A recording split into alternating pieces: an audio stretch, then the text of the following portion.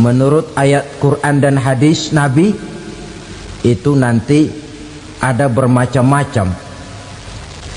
Ada orang beriman itu yang dimasukkan surga. Ada orang beriman itu yang dimasukkan ke dalam surga. Ada orang beriman itu yang disebut penduduk surga. Kenapa lain-lain, Pak? Karena waktu di dunia amalannya juga lain-lain. Ada orang beriman yang masuk surga. Ini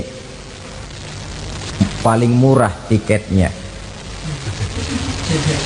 Mau masuk surga? Kata Nabi begini, ma min abdin qala la ilaha illallah thumma mata ala dhalik illa dakhalal jannah.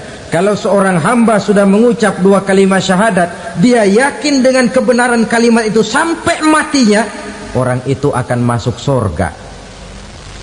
Abi Dzar yang waktu itu diajak bicara heran, ya Rasul kok gampang betul? Iya, walaupun orang itu mencuri, iya, walaupun orang itu berzina, iya, biar dia mencuri, biar dia berzina, kalau dia sudah mengucap dua kalimat syahadat, dia yakin dengan kebenaran kalimat itu sampai matinya, itu orang akan masuk surga.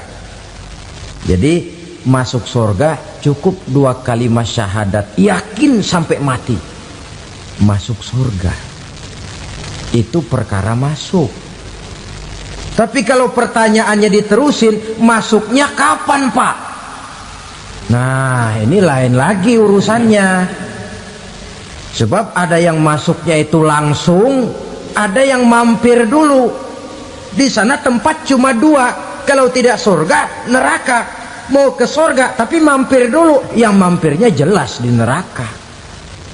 Kenapa? Dalam hadis qudsi ada riwayat, nanti itu di akhirat, setelah Allah selesai mengatur penduduk surga masuk surga, yang neraka masuk neraka, Allah berkata kepada malaikat Malik, malaikat Malik, labaik ya Allah, itu bajingan-bajingan tengik, manusia-manusia durjana yang waktu di dunia tidak mau sujud, jauh dari ulama, gemar melakukan yang munkarat dan maksiat, hidup di tengah masyarakat selalu jadi bibit keonaran, kufur, sudah masuk neraka semua.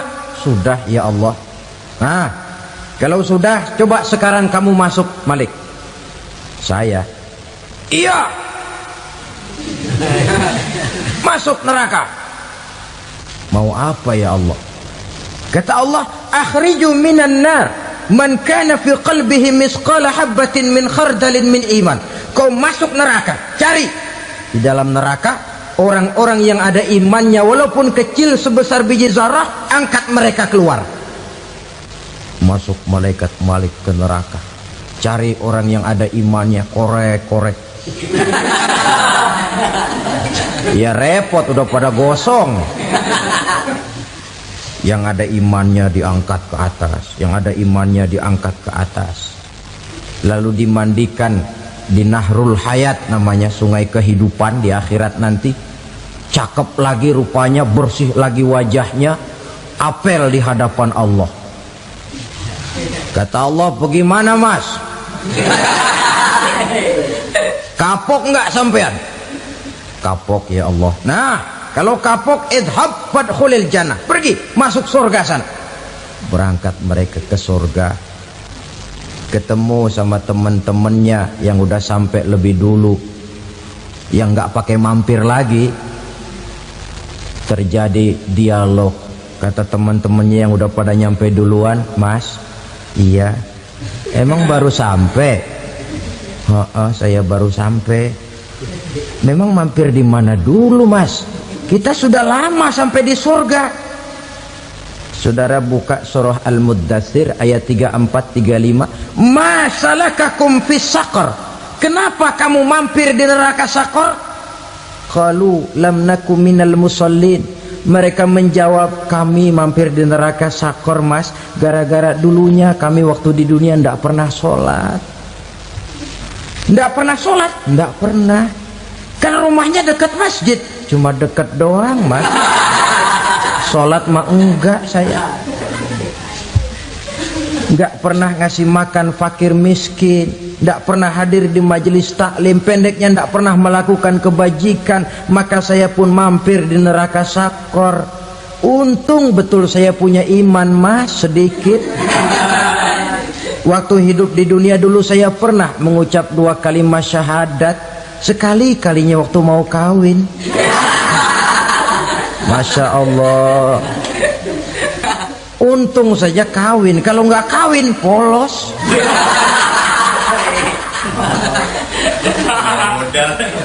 Itu juga pengulu sudah setengah mati ngajarin. Asyhadu alla, asyaduaan, asyaduaan.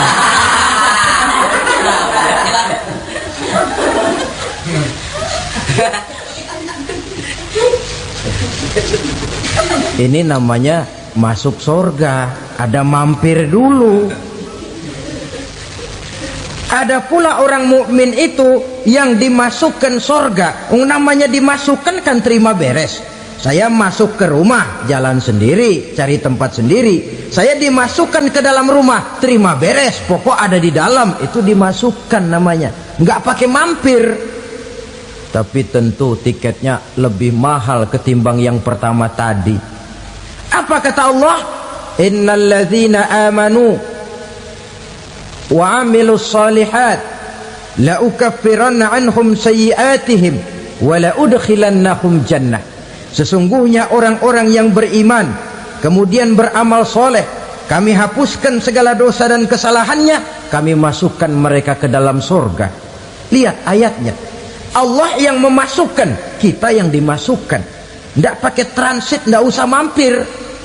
Cuma tidak cukup syahadat, tidak cukup amanu, tapi diiringi dengan wa'amilus salih. Iman, amal. Tidak cukup syahadat, lalu dibuktikan dia sholat, dia zakat, puasa, lalu dia melakukan berbagai macam kebajikan. Ini yang menyebabkan dia tidak pakai mampir di tempat yang bernama sakor.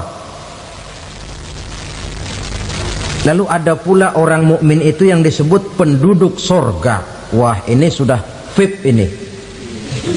Ashabul jannah, penduduk surga.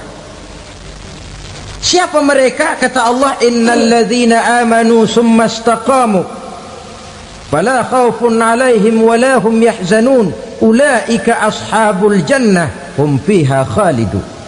Sesungguhnya orang-orang yang beriman lalu istiqamah, tetap dalam melaksanakan perintah Allah, tidak goyah, tidak labil tapi stabil, istiqamah, mereka tidak takut dan tidak bersedih hati. Merekalah penduduk surga. Iman, istiqamah. Tidak punya duit, sembayang. Banyak duit, sembayang. Miskin, sembayang. Kaya, tetap sembayang. Istiqamah. Kadang orang kalau susah rajin ke masjid, banyak duitnya ngelihat masjid melengos. Waktu miskin hamba Allah, setelah kaya jadi hamba harta. Bergeser, tidak ada nilai istiqomahnya. Saudara-saudara, dengan begitu penduduk neraka itu dua. Ada penduduk permanen, ada penduduk yang semi permanen. Yang semi permanen orang-orang beriman yang mempunyai dosa besar. Mereka masuk ke neraka untuk menerima azab sesuai dengan dosanya.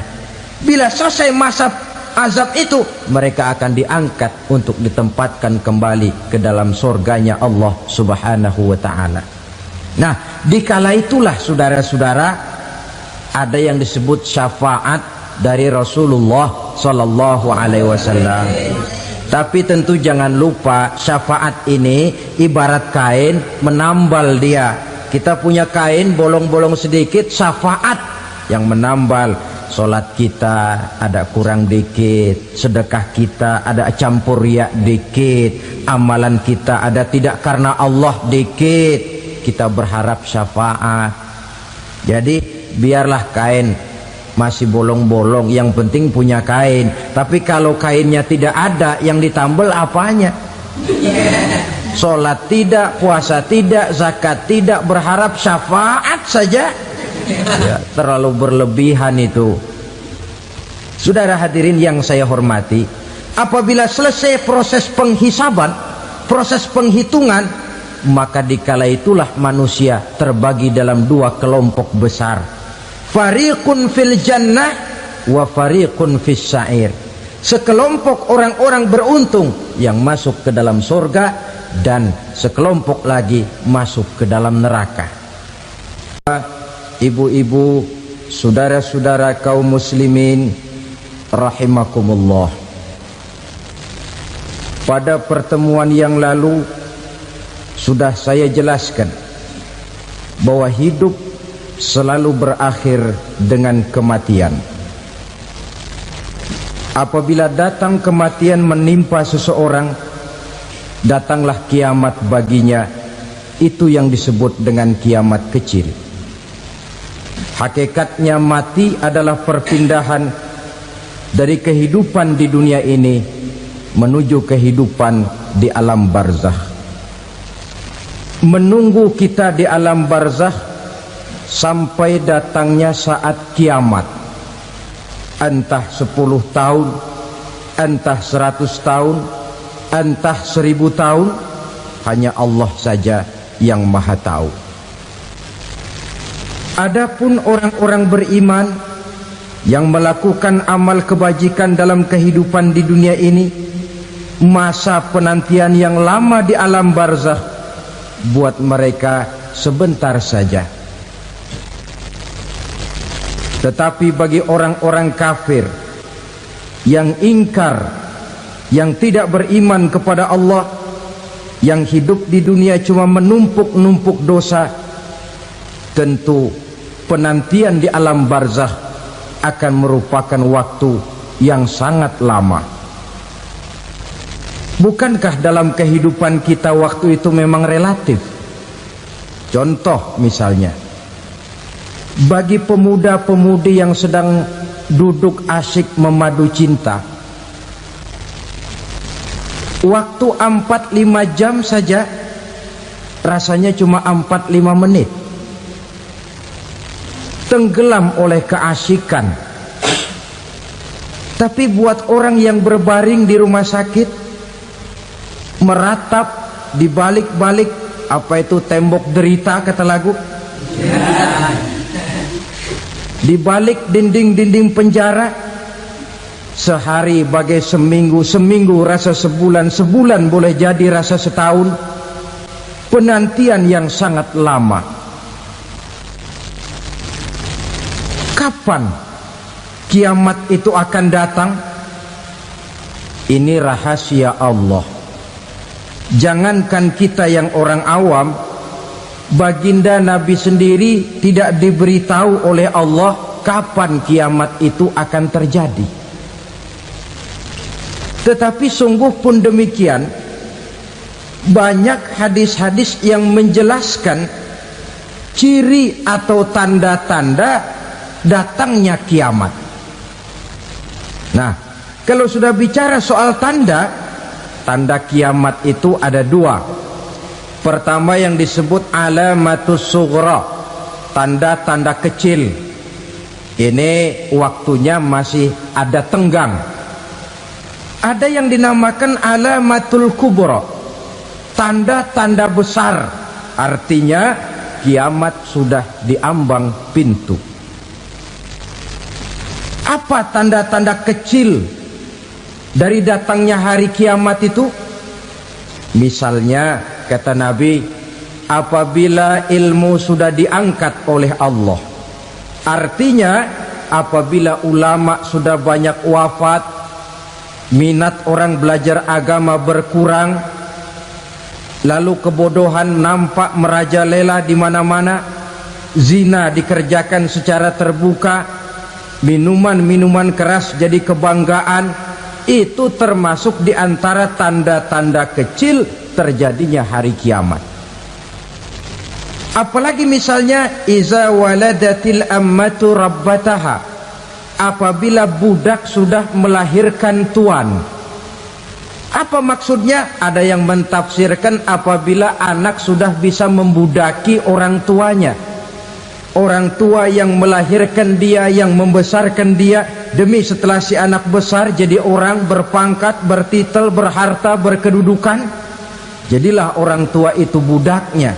Sehingga sering dibilang kalau orang tua kaya, anak jadi raja, tapi kalau anak yang kaya, orang tua sering jadi budak. Apalagi munculnya fitnah yang bergelombang, timbul perang antara dua bangsa yang besar, waktu berjalan terasa sangat pendek sekali. Itu merupakan tanda di antara tanda-tanda kiamat. Termasuk di dalamnya sulit membedakan mana laki, mana perempuan. Kan kalau tanda-tanda kayak begini sekarang sudah banyak kita lihat kan. Ulama banyak wafat, penggantinya sulit. Zina dikerjakan berterang-terangan, minuman keras jadi kebanggaan, banyak anak membudaki orang tuanya, sulit membedakan mana laki mana perempuan. Kadang-kadang dari belakang kita lihat perempuan bener, begitu kita colek nengok jenggotan.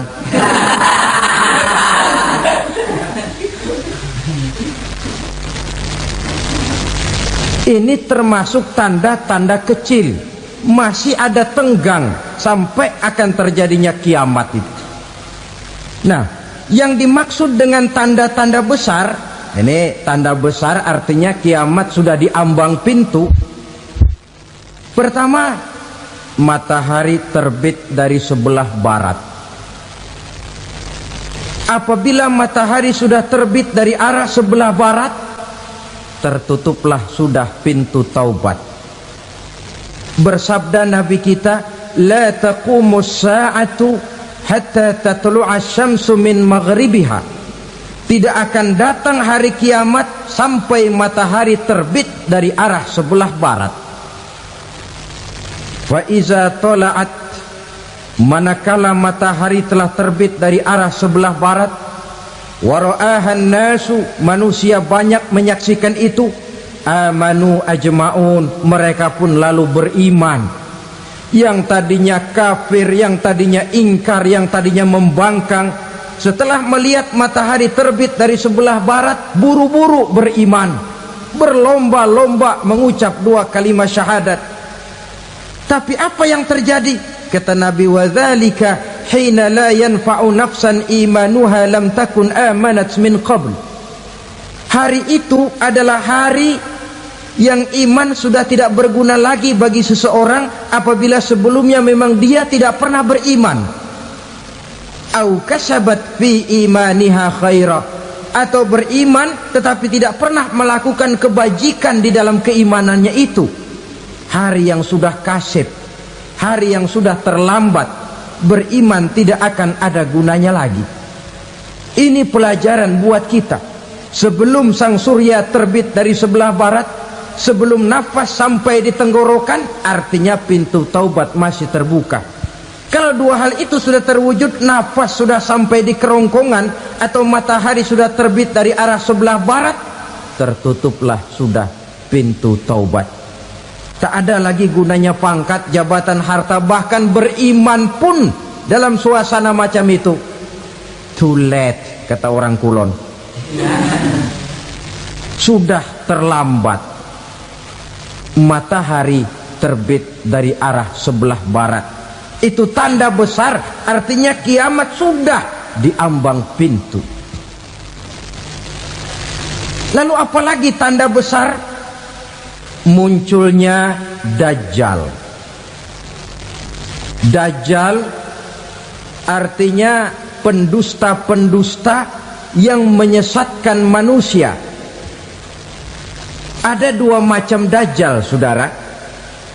Ada Dajjal kecil, ini Dajjal kelas teri. Kalau ini sejak zaman Rasulullah sudah ada itu. Tiap zaman ada. Di zaman Rasulullah misalnya ada yang bernama Aswad al-Unsi dari Yaman, ada yang namanya Musailamah al-Kazzab dari Yamamah, ada yang namanya Ibnu Sayyad dari Madinah. Ini dajjal di zaman Rasul. Musailamatul Kadzab memproklamirkan diri jadi nabi, dia di zaman Rasul masih hidup. Ini dajjal zaman Nabi. Di zaman sahabat muncul dajjal. Di zaman kita sekarang ini dajjal pun gentayangan. Dajjal kelas teri. Kerjanya mendustakan manusia, menyesatkan manusia, memalingkan manusia dari jalan yang benar dan diridhoi oleh Allah Subhanahu wa taala.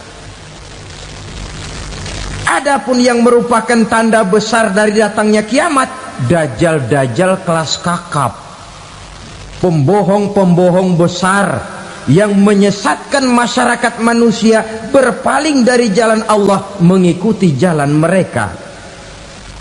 Apa sih ciri dajjal itu? Kata Nabi dalam hadis Bukhari Muslim, innad dajjala, sesungguhnya yang namanya dajjal itu yakhruju, satu saat akan muncul mendekati hari kiamat.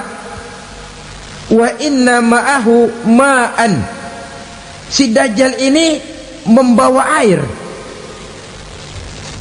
Wa naran, dan juga membawa api. Dua simbol. Di tangan yang satu dia bawa air, di tangan yang satu dia bawa api. Wa ammal ladzi yarahu an-nasu ma'an fanarun, adapun yang orang banyak lihat air, hakikatnya adalah api. Yang dilihat api, hakikatnya adalah air. Oleh sebab itu, kalau api yang ditawarkan, ambillah air. Kalau air yang ditawarkan, pilihlah api. Maksudnya apa ini? Ini bahasa simbol, saudara-saudara. Dajjal bicaranya seolah-olah untuk kepentingan manusia, menawarkan surga. Surga yang dia tawarkan hakikatnya neraka. Hai manusia, kalau kau mau bahagia, jangan dekat-dekat dengan agama. Sholat itu tidak efektif dan efisien, tidak produktif dari segi ekonomi itu. Menghadiri majelis taklim cuma buang-buang waktu. Tahajud, tasbih, tahlil, baca Quran, apa itu? Pekerjaan mubazir saja. Hidup ini cuma sekali, masa yang cuma sekali, manfaatkan dengan sebaik-baiknya. Mumpung, dibawanya sifat mumpung, tetapi dalam pengertian yang sangat negatif. Bicaranya seolah-olah untuk kepentingan manusia, tetapi sebenarnya menjerumuskan manusia. Menawarkan air, tapi sebenarnya api. Menawarkan api, tapi hakikatnya air. Buat apa kamu sholat? Buat apa kamu bayar zakat? Buat apa kamu puasa? Surga yang dicanangkan dajjal, hakikatnya neraka. Neraka yang digambarkan dajjal, pada dasarnya adalah surga. Jadi memutarbalikkan fakta itu kerjaan dajjal. Yang hak jadi batil, yang batil dibilang hak, yang benar jadi salah, yang salah malah jadi benar. Tuntunan disuruh jadi tontonan, tontonan malah menjadi tuntunan. Itu pekerjaan dajjal profesinya. Zamannya Nabi Adam, dajjalnya kan iblis. Betul? Betul. Apa sih gang kerayuan iblis itu? Allah setelah menciptakan Nabi Adam kan bilang, Adam, kau dan istrimu Hawa tinggal di surga ini. Seluruh fasilitas yang ada di surga persilahkan kau nikmati. Satu yang tidak boleh, jangan coba-coba dekati pohon khuldi. Dekat saja jangan, apalagi sampai memetiknya. Datang dajjal yang namanya iblis ini. Adam, kamu tahu nggak kenapa tidak boleh makan buah khuldi? Ya nggak tahu, pokoknya saya dilarang.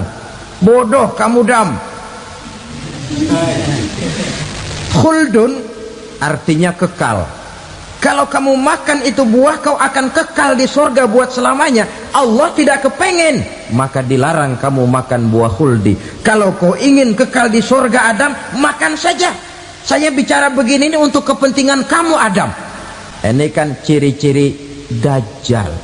Bicaranya sih seolah-olah untuk kepentingan Nabi Adam, hakikat sebenarnya menjerumuskan Nabi Adam supaya ingkar dan melanggar larangan dari Allah Subhanahu wa ta'ala. Jadi setelah muncul Dajjal, timbul kekacauan-kekacauan di masyarakat. Banyak yang terpengaruh, terpedaya dan terpesona, termasuk mereka yang memproklamirkan diri jadi nabi, mereka yang memproklamirkan diri jadi rasul di zaman sesudah Rasulullah wafat. Itu adalah Dajjal. Maka saya ingatkan, kalau di zaman kita sekarang ini ada orang ngaku jadi nabi, ada orang ngaku jadi rasul, biar bahasa Arabnya kental, Quran hafal, hadis ribuan hadis hafal, biar pakai serban sampai menyengser ke tanah, bahasa Arabnya fasih, tapi dia mengaku jadi nabi, jadi rasul, kita umat Islam wajib tidak percaya, wajib untuk tidak percaya. Itulah dajjal-dajjal zaman kita sekarang ini. Tidak mustahil mereka datang mempengaruhi orang awam supaya berpaling dari Rasulullah, mengikuti mereka. Nah, di akhir zaman nanti, mendekati hari kiamat, Dajjal ini muncul, Dajjal kelas kakap, menyesatkan masyarakat manusia untuk berpaling dari Islam, mengikuti seruan mereka. Apalagi di antara datangnya kiamat itu, tanda yang besar itu, turunnya Nabiullah Isa Al-Masih, putra Maryam. Menurut berbagai hadis yang sahih, Nabi Isa Al-Masih nanti akan turun lagi, tidak membawa risalah yang baru, tapi meluruskan risalah Islam ini yang telah banyak ditinggalkan oleh masyarakat. Bahkan ada hadis menjelaskan beliau akan membunuh Nabi, mematahkan kayu-kayu salib, lalu melaksanakan haji dan umrah mengikuti syariat Nabi Muhammad, bukan membawa agama baru. Menjadi semacam mujaddid, reformer, menyelamatkan manusia dari bisikan Dajjal. Bahkan ada riwayat yang menjelaskan bahwa Nabi Isa berhasil mengalahkan Dajjal, mengembalikan masyarakat manusia kembali kepada ajaran Islam yang datang dari Allah, dibawa oleh Rasulullah Sallallahu Alaihi Wasallam.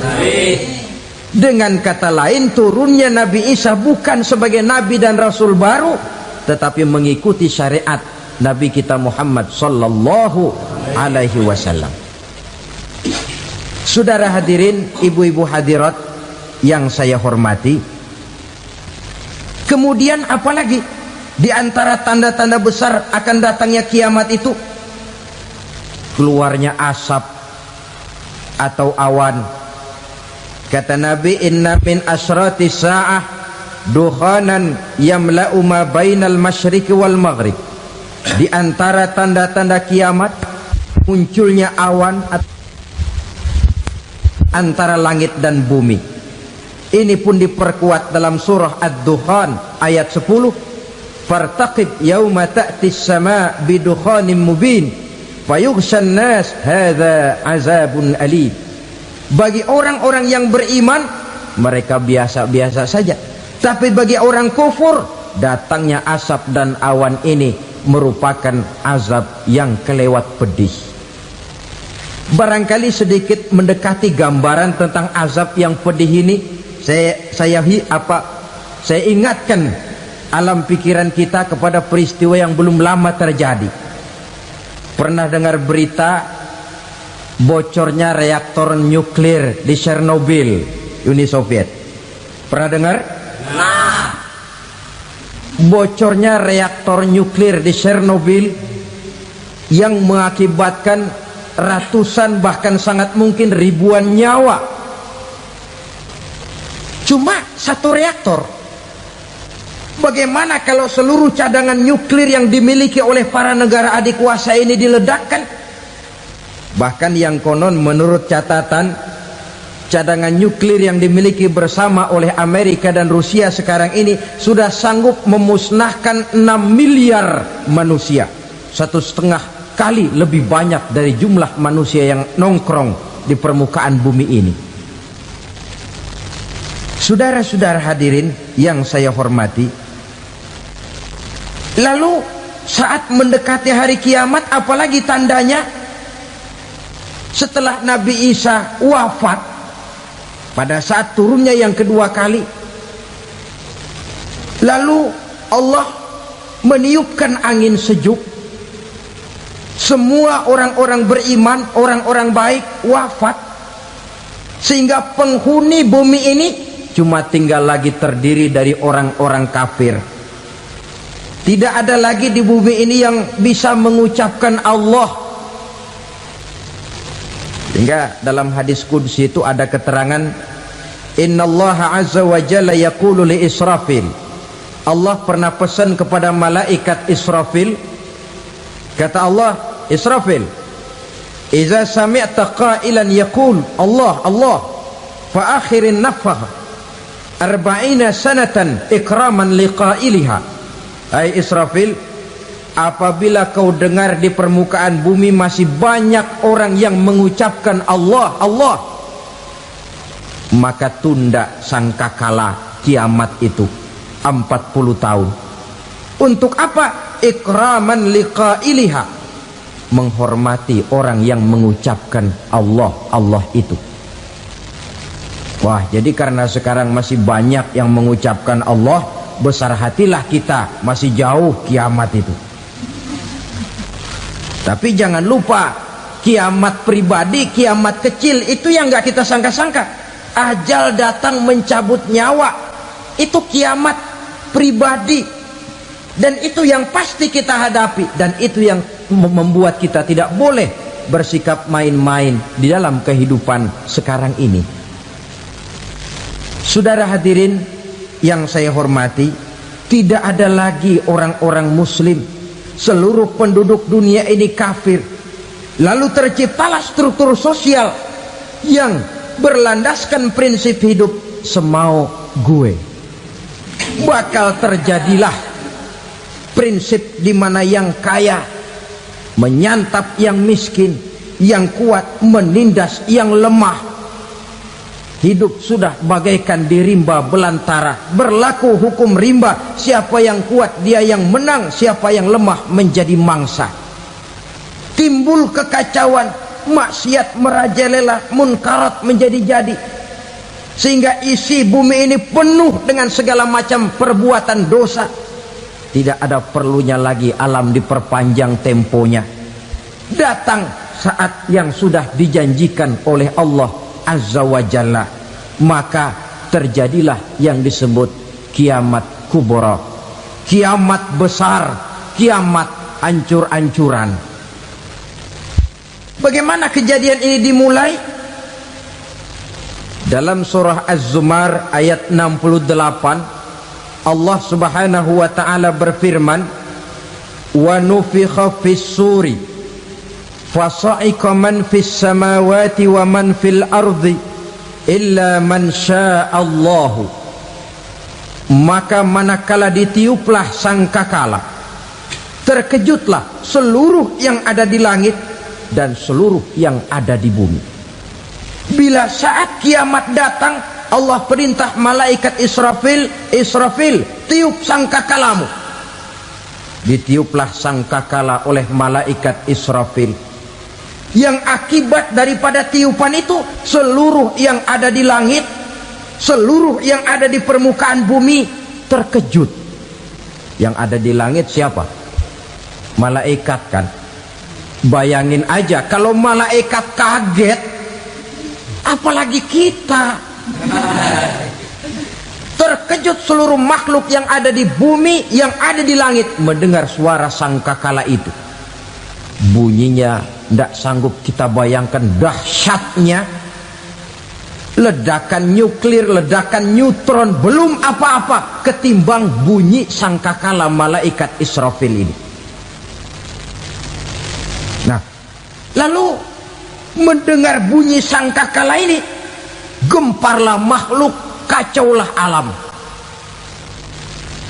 Bumi gempa, planet-planet bertabrakan, gunung meletus, air laut tumpah ke darat, angin topan bertiup, halilintar menyambar.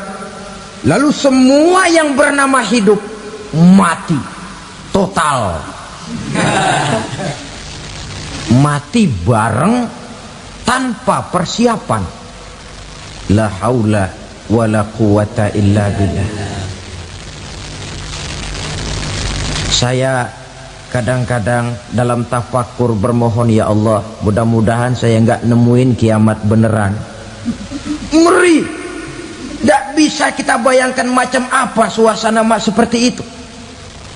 Allah saja banyak memberikan gambaran, misalnya Al-Qari'ah, wa mal qari'ah, wa ma adraka mal qari'ah. Kejadian yang menggemparkan. Tahukah kamu apa kejadian yang menggemparkan itu? Yauma yakunun nasu kal farasil mabsus wa takunul jibalu kal ihnil manfus. Pada saat itu manusia berterbangan bagai kupu-kupu, gunung berterbangan seperti kapas ditiup angin. Gunung saja macam kapas, konon lagi manusia. Kematian total, mulai semut sampai gajah mati, jin mati, iblis mati, malaikat mati. Oh, malaikat saja mati. Saudara hadirin yang saya hormati, kematian total yang tanpa persiapan. Orang bilang, Pak, kalau mati bareng begitu yang repot malaikat maut dong ya. Cabut sana, cabut sini. Itu kalau menurut logika kita, mestinya begitu menurut logika. Tapi logika juga yang nggak perlu serepot itu. Sebab untuk mematikan listrik di wilayah DKI, di wilayah Jakarta, nggak perlu tiap rumah didatengin, matiin, ya lama. Cukup dari kantor pusatnya saja PLN, tekan satu tombol, gelaplah seluruh Jakarta. Saudara hadirin yang saya hormati, kematian total. Lalu setelah kematian total, planet-planet juga mati, dalam arti tidak bergerak dan beredar. Angin mati, dalam arti tidak bertiup. Air mati, dalam arti tidak ada riak gelombang. Pokoknya semua mati. Kullu nafsin za'iqatul maut, semua yang bernafas mati. Dalam ayat lain, kullu man 'alaiha fan, semua yang ada di permukaan bumi fana.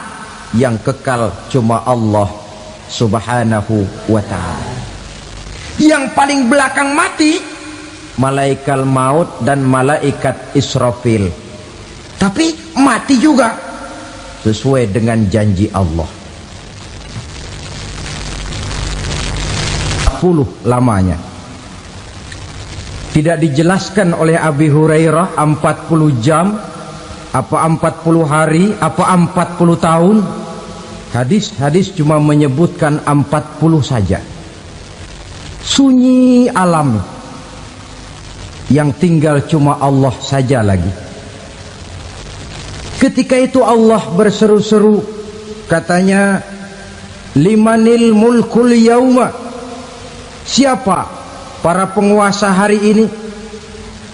Mana itu raja-raja dan penguasa yang dulu mengaku jadi Tuhan? Fir'aun, mana Fir'aun sekarang? Yang dulu jadi raja, merasa berhasil, sombong, lalu tidak mau turun-turun dari kekuasaannya, sampai kepada puncak kekurang ajarannya mengangkat diri jadi Tuhan. Mana itu Fir'aun? Namrus, mana sekarang Namrus? La ilaha illa ana, ternyata tidak ada Tuhan lain selain daripada aku, kata Allah. Proses kemudian, saudara-saudara, turunlah hujan dari langit. 40 lamanya hujan itu. Tidak jelas juga 40 jam apa 40 hari. Setelah air turun membasahi, datanglah tiupan sangkakala yang kedua. Semua yang bernama mati bangkit dari kuburnya masing-masing. Ini yang disebut Yaumul Ba'thi, hari kebangkitan. Allahu Akbar. Pada saat kita bangkit dari kubur kita masing-masing, kumpul di padang mahsyar namanya. Bayangin aja, saya sendiri nggak sanggup bayangin. Manusia sejak zaman Adam sampai zaman kiamat kumpul bareng di tempat sama. Berapa banyaknya itu?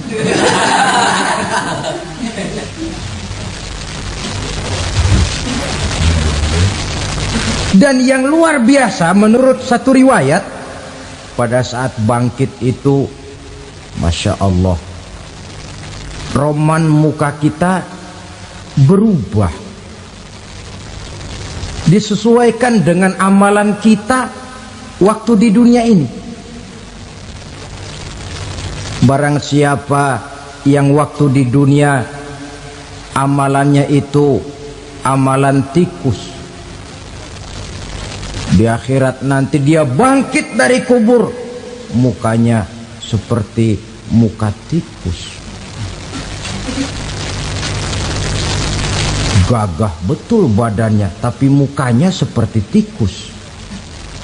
Kenapa? Amalannya waktu di dunia seperti amalan tikus.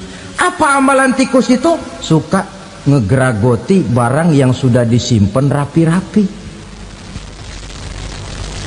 Orang sudah simpan uang rapi-rapi, simpan perhiasan rapi-rapi, digeragoti oleh tikus.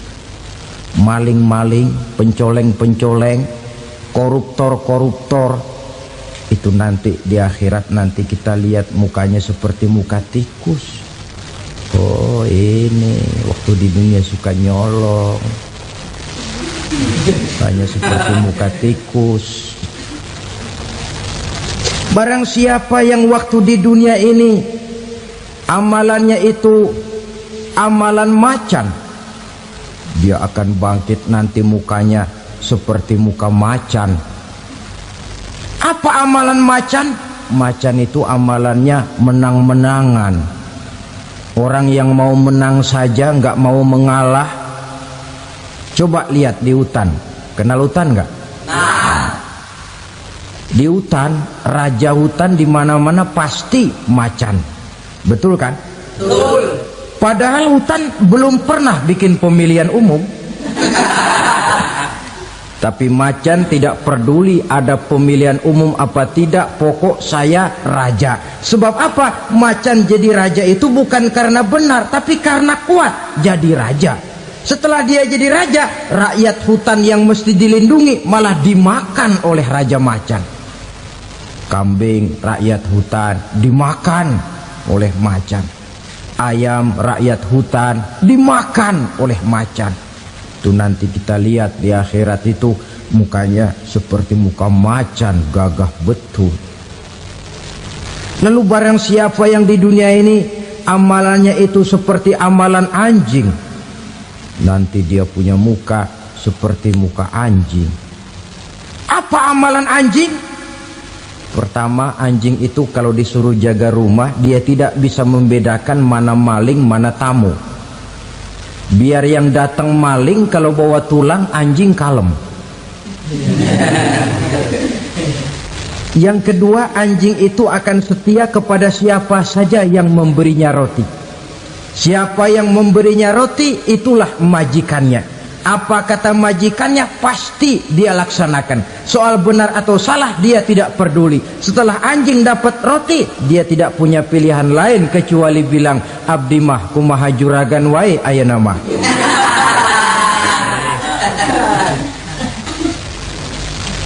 Saudara hadirin yang saya hormati,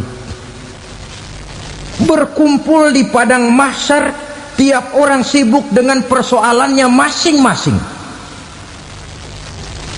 Matahari waktu itu didekatkan oleh Allah, panas luar biasa.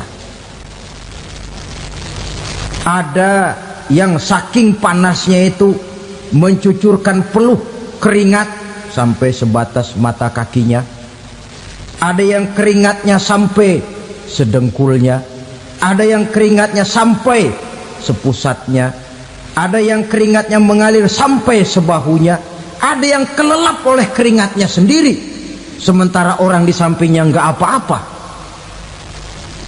Bergantung lagi amalan dia waktu di dunia ini. Saudara-saudara, sebagian orang dalam kepanikan padang mahsyar berombong-rombong datang mereka menghadap Nabi Adam. Ya Adam, anta abal bashar. Hai Adam, Tuhan adalah bapak moyang manusia. Kami sebentar lagi akan disidang, dimintakan pertanggungan jawab. Tolonglah kami, hai Adam. Kata Nabi Adam, jangankan nolongin sampean, saya sendiri tanggung jawab di hadapan Allah ketika dulu tidak boleh makan khuldi, saya serobot. Sudahlah, urus diri masing-masing saja, nafsi. Begitu kata Nabi Nuh, begitu kata Nabi Ibrahim. Tiap orang bertanggung jawab sendiri-sendiri.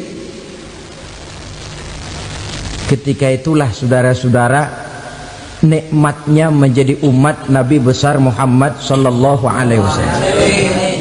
Sebab apa? Walaupun menurut abjad kita ini umat paling belakang, paling belakang kita ini toh, karena Nabi Muhammad adalah Nabi akhir, tapi akan dihisap lebih dulu, lewat di atas sirat lebih dulu, masuk surga lebih dahulu ketimbang umat-umat belakangan.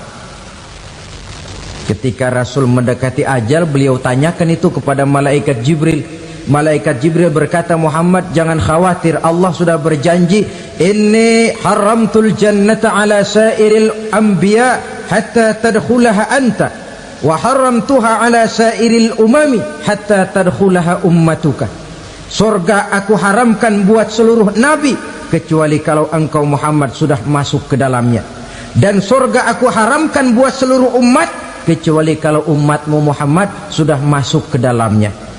Logikanya, walaupun menurut abjad kita umat paling belakang, bakal dihisap paling dulu, lewat di atas sirat paling dulu, masuk surga paling dulu, kalau mampir ke neraka juga paling dulu. Ya resiko. Jangan mau enaknya aja paling dulu. Saudara hadirin yang saya hormati, setelah masa kebangkitan itu jangan dikira begitu bangkit langsung diperiksa, masih menunggu menanti ribuan tahun perhitungan padang mahsyar untuk sampai kepada proses yang disebut yaumul hisab, hari perhitungan. Seorang demi seorang bakal dipanggil. Bayangkan saja, kita se-RT saja di absen, kadang-kadang perlu waktu lama. Ini manusia sejak zaman Nabi Adam sampai datang hari kiamat, satu demi satu disidang di hadapan Qadhi Rabbul Jalil. Status sosial copot sudah waktu itu. Yang pernah jadi hartawan di situ tidak lagi kelihatan kehartawanannya. Yang pernah jadi jenderal tidak lagi dipanggil jenderalnya. Yang ustadz tidak lagi dipanggil al-mukarramnya. Seluruh status sosial selesai. Dipanggillah kita seorang demi seorang menghadap Qadhi Rabbul Jalil. Bagaimana proses penghisaban itu? Pertama, proses tanya jawab. Di antaranya ada hadis menyatakan, lan tazula qadama 'abdin yaumal qiyamah hatta yus'ala an arba'i khisalin. Besok di hari kiamat tidak akan bergeser telapak kaki seorang hamba sampai dia ditanya lebih dulu tentang 4 persoalan. Tentang ilmunya, kemana ilmu itu diamalkan. Tentang umurnya, di mana umur itu dihabiskan. Tentang masa mudanya, kemana masa muda itu dipakai. tentang hartanya, dari mana harta itu didapat dan kemana harta itu dibelanjakan. Ini termasuk proses tanya jawab. Jadi kalau istilah pengadilan dunia, nama Fulan bin Fulan. Kamu waktu di dunia diberikan umur panjang untuk apa? Pernah mengalami masa muda, kemana kau habiskan masa remajamu? Kau diamanahkan ilmu, dengan apa ilmumu kau amalkan? Kau diberikan harta, dari mana harta kau dapat, kemana kau belanjakan? Tak seorang pun yang bisa mungkir. Sebab apa? Dikala itu yang menjadi saksi bukan orang. Yang menjadi saksi adalah seluruh anggota badan kita. Tangan bicara, kaki jadi saksi terhadap seluruh amalan yang pernah kita kerjakan pada saat kehidupan di alam dunia ini. Selesai proses tanya jawab, lalu diperlihatkan buku catatan kita waktu hidup di dunia ini. Jangan lupa Allah itu menyiapkan 2 superkomputer kepada kita, sebelah ditempelin sebelah kanan, yang sebelah tempelin di sebelah kiri. Komputer itu namanya Raqib dan Atid, 2 malaikat yang apabila baik kita lakukan, refleks saja akan menulis kebajikan kita. Jahat kita kerjakan, akan tertulis. Catatan itu nanti diperlihatkan kepada kita. Waduh, alangkah malunya pada saat diperlihatkan catatan kita, buku rapot kita merah melulu. Barangkali diperiksa sambil diomelin, brengsek lo. Buku merah melulu begini, bagaimana waktu hidup di dunia? Tidak cukup diperlihatkan buku catatan kehidupan, rekaman kehidupan. Rekaman kehidupan kita secara utuh sejak terlahir sampai ajal datang merenggut nyawa. Barangkali mirip dengan video sekarang ini, di mana terekam dengan baik seluruh kegiatan kita, sejak yang sekecil-kecilnya sampai kepada yang sebesar-besarnya. Untuk kemudian kita pun menerima balasan. In khairan fa khairun wa in syarran fa syarrun. Kalau baik ya baik balasannya, kalau jahat ya jahat juga balasannya. Catatan-catatan kita diberikan. Kalau banyak kebajikannya diberikan di tangan kanan dengan cara yang halus. Kalau banyak kejahatannya diberikan dari sebelah kiri atau dilempar dari belakang. Itulah sebabnya sejak di dunia ini kita sudah mohon kepada Allah. Ketika berwudu membasuh tangan kanan, apa kita bilang? Allahumma a'tini kitabi biyamini wa hasibni hisaban yasira. Ya Allah, berikan saya kitab di tangan kanan, dan kalau saya memang perlu dihisap, hisaplah saya yang seringan-ringannya.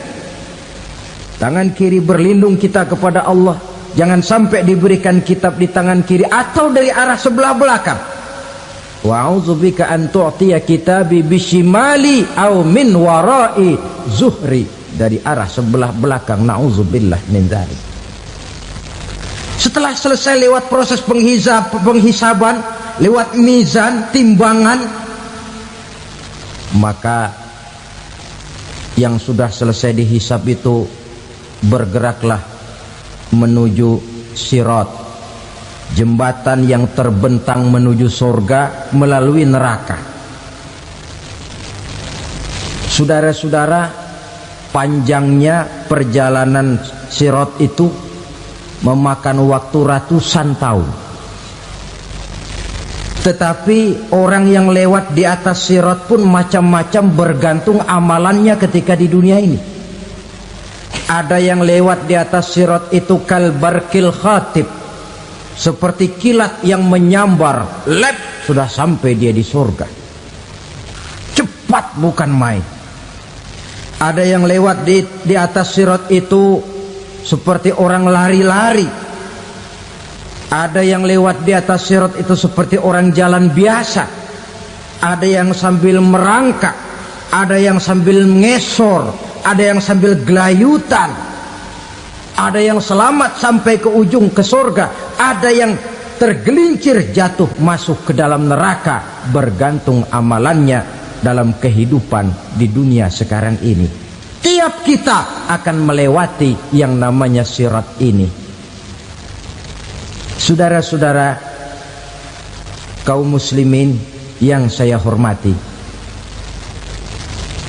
dengan demikian mereka yang selamat melalui sirat sampai ke terminal akhir surga, mereka yang ketika dihisab ternyata banyak kejahatannya daripada kebaikannya, mereka singgah di dalam neraka. Nah, adapun orang-orang yang beriman menurut ayat Quran dan hadis Nabi itu nanti ada bermacam-macam. Ada orang beriman itu yang dimasukkan surga. Ada orang beriman itu yang dimasukkan ke dalam surga. Ada orang beriman itu yang disebut penduduk surga. Kenapa lain-lain, Pak? Karena waktu di dunia amalannya juga lain-lain. Ada orang beriman yang masuk surga. Ini paling murah tiketnya. Mau masuk surga? Kata Nabi begini, ma min abdin qala la ilaha illallah thumma mata ala dhalik illa dakhalal jannah. Kalau seorang hamba sudah mengucap dua kalimat syahadat, dia yakin dengan kebenaran kalimat itu sampai matinya, orang itu akan masuk surga.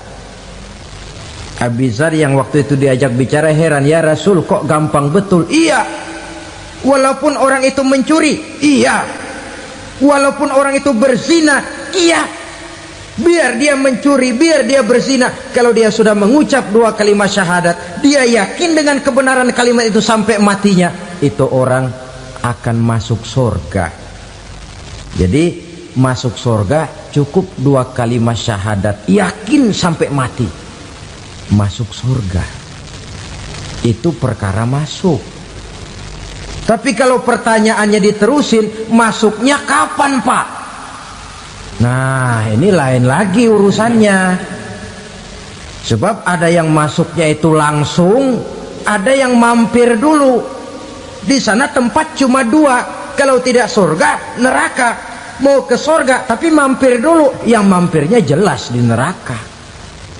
Kenapa? Dalam hadis qudsi ada riwayat, nanti itu di akhirat, setelah Allah selesai mengatur penduduk surga masuk surga, yang neraka masuk neraka, Allah berkata kepada malaikat Malik, malaikat Malik, labaik ya Allah, itu bajingan-bajingan tengik, manusia-manusia durjana yang waktu di dunia tidak mau sujud, jauh dari ulama, gemar melakukan yang munkarat dan maksiat, hidup di tengah masyarakat selalu jadi bibit keonaran, kufur, sudah masuk neraka semua.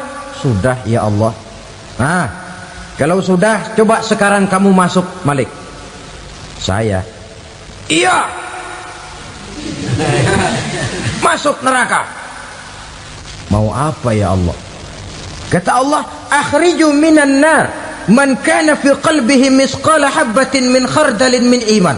Kau masuk neraka, cari di dalam neraka orang-orang yang ada imannya walaupun kecil sebesar biji zarah, angkat mereka keluar. Masuk malaikat Malik ke neraka, cari orang yang ada imannya, korek-korek. Ya repot, udah pada gosong. Yang ada imannya diangkat ke atas, yang ada imannya diangkat ke atas, lalu dimandikan di Nahrul Hayat, namanya sungai kehidupan di akhirat nanti. Cakep lagi rupanya, bersih lagi wajahnya, apel di hadapan Allah. Kata Allah, bagaimana mas? Kapok nggak sampean? Kapok ya Allah. Nah, kalau kapok, idhab fadkhulil jannah, pergi masuk surga sana. Berangkat mereka ke surga. ketemu sama teman-temannya yang udah sampai lebih dulu, yang nggak pakai mampir lagi. Terjadi dialog. Kata teman-temannya yang udah pada nyampe duluan, "Mas, iya, emang baru sampai?" Saya baru sampai." "Memang mampir di mana dulu, Mas? Kita sudah lama sampai di surga." Saudara buka surah Al-Muddatsir ayat 34-35. "Ma salakakum fis saqar?" Kenapa kamu mampir di neraka Saqar? Qalu lam naku minal musallin. Mereka menjawab, kami mampir di neraka Saqar, Mas, gara-gara dulunya kami waktu di dunia tidak pernah sholat. Tidak pernah sholat? Tidak pernah. Kan rumahnya dekat masjid. Cuma dekat doang, Mas. Sholat mah enggak saya. Enggak pernah ngasih makan fakir miskin, enggak pernah hadir di majelis taklim, pendeknya enggak pernah melakukan kebajikan, maka saya pun mampir di neraka Saqar. Untung betul saya punya iman, Mas, sedikit. Waktu hidup di dunia dulu saya pernah mengucap 2 kalimat syahadat, sekali-kalinya waktu mau kawin. Masya Allah. Untung saja kawin, kalau nggak kawin polos.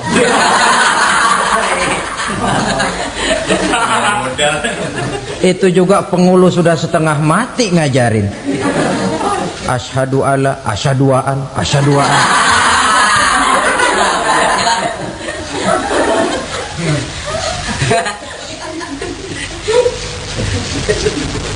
Ini namanya masuk surga, ada mampir dulu.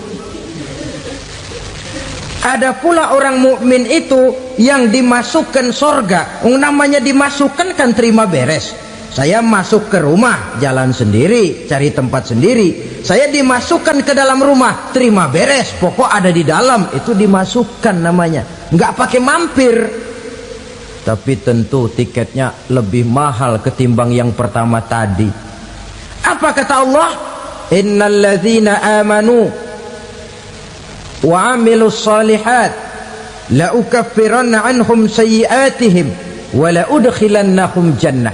Sesungguhnya orang-orang yang beriman kemudian beramal soleh, kami hapuskan segala dosa dan kesalahannya, kami masukkan mereka ke dalam surga.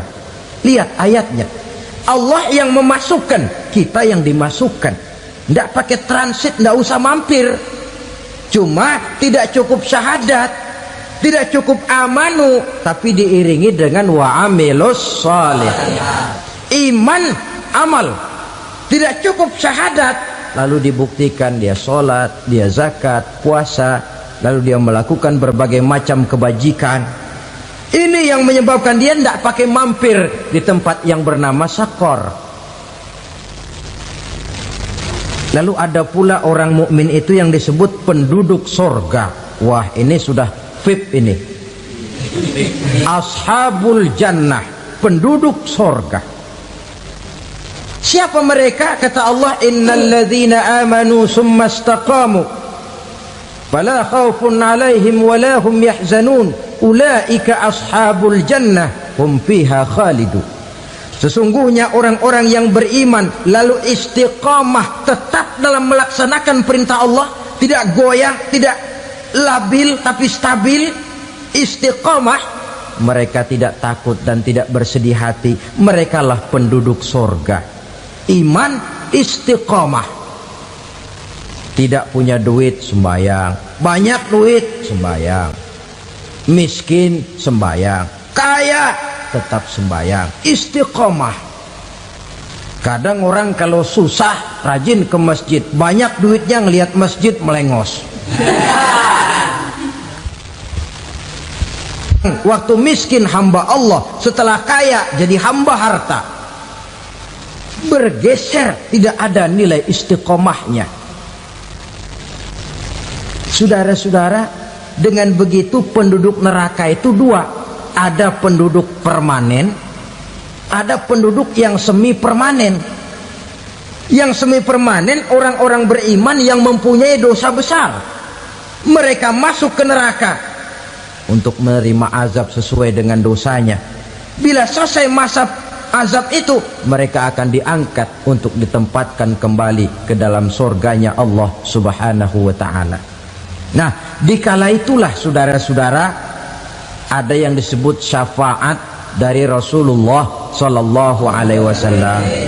Tapi tentu jangan lupa, syafaat ini ibarat kain menambal dia. Kita punya kain bolong-bolong sedikit, syafaat yang menambal. Solat kita ada kurang dikit, sedekah kita ada campur riak dikit, amalan kita ada tidak karena Allah dikit, kita berharap syafaat. Jadi biarlah kain masih bolong-bolong, yang penting punya kain. Tapi kalau kainnya tidak ada, yang ditambal apanya? Sholat tidak, puasa tidak, zakat tidak, berharap syafaat saja, ya, terlalu berlebihan itu. Saudara hadirin yang saya hormati, apabila selesai proses penghisaban, proses penghitungan, maka dikala itulah manusia terbagi dalam dua kelompok besar. Fariqun fil jannah wa fariqun fis sa'ir. Sekelompok orang-orang beruntung yang masuk ke dalam surga, dan sekelompok lagi masuk ke dalam neraka.